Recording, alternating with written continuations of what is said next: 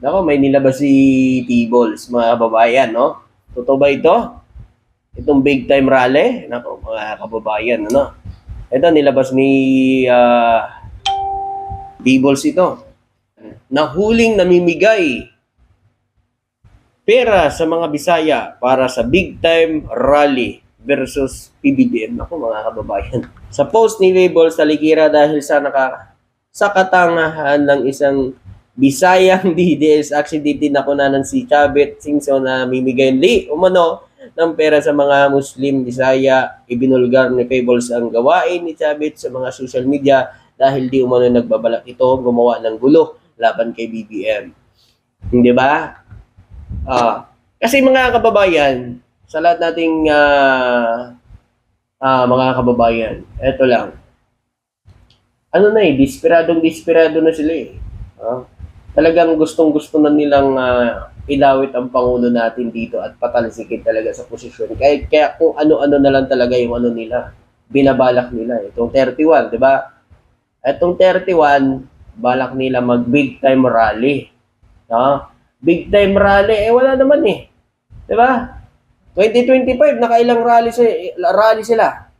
Sabi nga ni, ng vlogger nila, nako, 8 million susugod sa EDSA.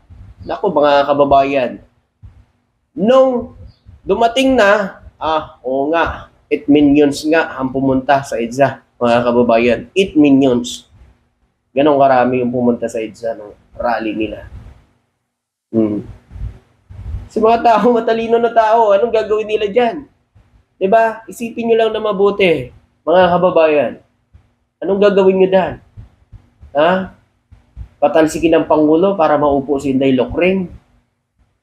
Na wala namang ginagawang trabaho, hindi naman nagtatrabaho. Sige nga, mga didles. Diba nga? Yung mga vlogger nyo nga, wala nga binablog na mga nagagawa ni Inday Lokring nyo. Diba nga? Ipakita nyo nga, pag malaki nyo. Wala kayong may pagmamalaki kasi wala naman.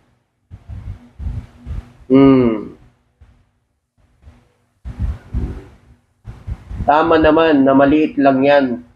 Okay. Kasi sa droga, pugo, isabong, West Philippine Sea Agreement at maraming illegal na business. Naku po. Kung patulad si Ariel, malagom, nonsense.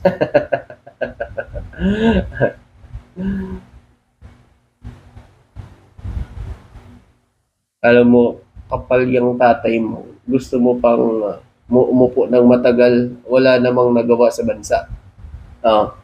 Sabi daw, wala daw nagawa sa bansa. Okay, wala tayong magawa kung may mga ganyang isip. Hindi. Thank you na lang. Okay nga, sige nga, magbigay ka nga ng nagawa ng tatay mo na natapos niya yung panahon niya. Yung build proyekto natapos niya sa loob niya ng 6 na taon. Diba? Meron kaya kayo i-represent? Diba? Kasi kayo, sa mga didiles, tuwing may mga natatapos na proyekto sa panahon ni PBBM, sabi niya, inangkin ni PBBM yan, kay Digong yan. Di ba? Kasi dapat sinabihan niya si Digong nung una, tay, tapusin mo na yan, tay. Para pag upo ng mga susunod na presidente, hindi nyo sisihin na hindi tinapos ni Digong, pinabayaan, itinuloy na karang administrasyon, sinisi nyo ngayon ang sunod na administrasyon. Pero kung hindi naman tinuloy, pinabayaan, sisisihin nyo pa rin. Diba? Isip DDS ang meron yan. Shout out na lang talaga sa inyo. Diba? Meron pa pala ito. Dito naman tayo kay Haring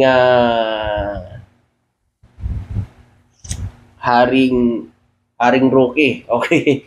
Bago tayo maniwala daw sa mga impormasyon na ipinapakalat laban kay BP Sara, patungkol dito kay kay Ramil Madriaga, no? Mga kababayan. Yun din. Ang daming talagang ebidensya si Ramil Madriaga na magpapatunay diyan na kilalang kilala siya ni Inday Locring. Mga kababayan, isa lang yung natin diyan, no? Patunayan niya ni Inday Locring na hindi totoo yan. Diba? Pero nababalitaan ko, isa ata si Ramil Madriaga sa mga naging witness laban sa kanya.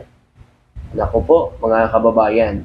Eto mga kababayan, inakusahan po ni Ramil Madriaga itong si VP Sara Duterte, mga kababayan, patungkol dito sa kanyang mga kaugnayan na tao, pagkasangkot sa mga ilegal na gawain di umano, mga kababayan, at pundo sa kampanya mula sa ilegal na pinagkukunan, no? Noong 2022 election, ito mga kababayan, ayon dito, si Inday Sara Duterte is my president o isip Pilipinas na sinasabi niyang tinulungan niyang itatag at iparehistro sa SEC, pinunduhan ng Philippine Offshore Gaming Operator at mga financer na may kaugnayan sa droga, at inilarawan niya na madalas na pagkuha ng cash umano mula sa mga lokasyon tulad ng Gate sa Pampanga, Vertes North Mall, sa Sida Hotel sa Quezon City, and Grand Hyatt sa BGC, mga kababayan.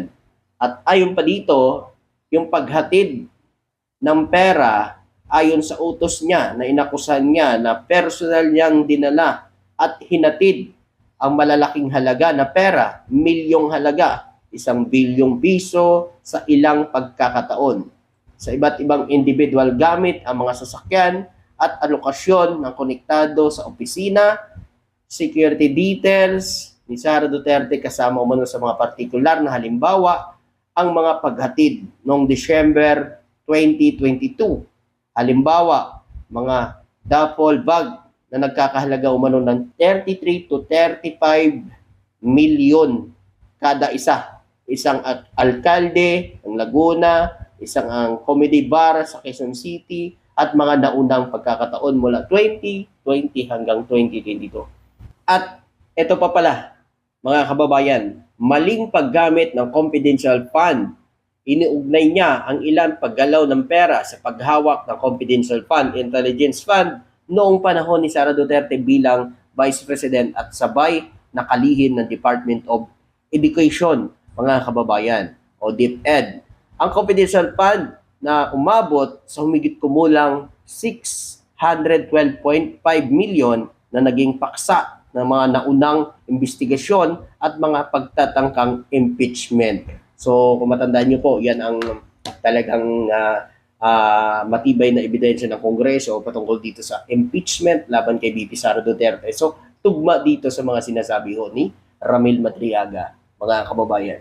Kaya talagang hindi na ho ito mapipigilan yung impeachment, tuloy na talaga ito. Kayo mga kababayan, payag ba kayo na matuloy yung impeachment? Kasi tayo mga Pilipino, sa lahat natin mga kababayan, dapat tayo, siyempre, pabor sana tayo para malaman natin yung totoo. Alalahanin nyo, tax ng taong bayan po ang pinag-uusapan dito. Thank you.